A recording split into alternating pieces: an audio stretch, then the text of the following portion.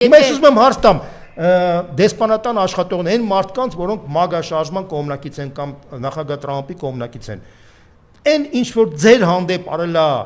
Միացյալ Նահանգների այդ այսպես ասած գլոբալիստ լիբերալները, հիմա նույն բանը անում է Նիկոլ Փաշինյանը Հայաստանի ընդդիմության նկատմամբ եւ մասնավորապես Անդրանիկ Թևանյանի նկատմամբ։ Դուք էլ այդ մարդուն աջակցում եք։ Հիմա որտեղ է ձեր սկզբունքայնությունը։ Կամ եթե դուք մտածում եք, որ այս պահվածքով կոնյունկտուրային շահերով դուք կարող եք ինչ-որ բան կորզեք այս իշխանությունից, դուք մտածում եք, որ վաղը մյուսները դուք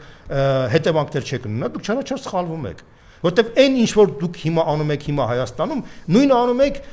մինչև 1975 թվականը Իրանում։ Արդյունքում ինչ ստացաք։ Ստացաք իսլամական հեղափոխություն, չէ՞։ Հիմա դուք ինչի եք ուզում սրում այդ ամեն ինչը հակաամերիկյան տրամադրություններ փորձում ստեղծել այս պաշտպանելով այս փոքրիկ բռնապետների, որոնք ստեղ փորձում են բռնապետական ռեժիմներ ստեղծել, իսկ բռնապետական ռեժիմը ինչ է պետք։ Պատրվակ, հիմնավորում, գաղափարախոսություն։ Այս մարդը իր վրա վերցրել է, որ իբրտե պետք է պայքարի Ռուսաստանի դեմ այդ հակառուսական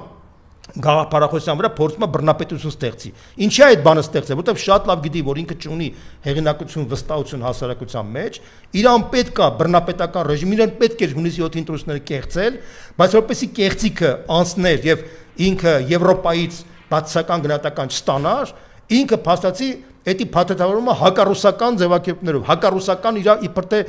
քաղաքականության պահվածքով եւ որպես վառօրինակ ինքը ձերբակալում է Թևանյանին։